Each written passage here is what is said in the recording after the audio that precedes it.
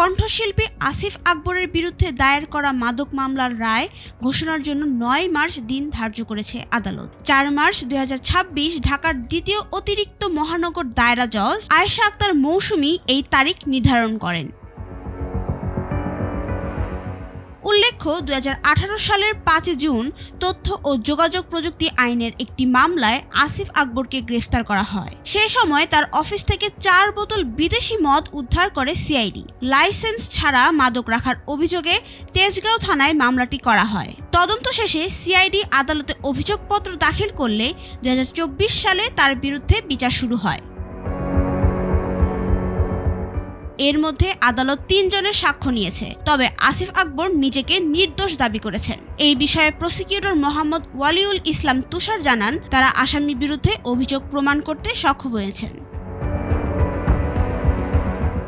যদি অভিযোগ প্রমাণিত হয়, বর্তমানে জামিনে থাকা আসিফ আকবরের ৭ বছর পর্যন্ত শাস্তি হতে পারে। নাবিলা রহিম, সময়ের আলো।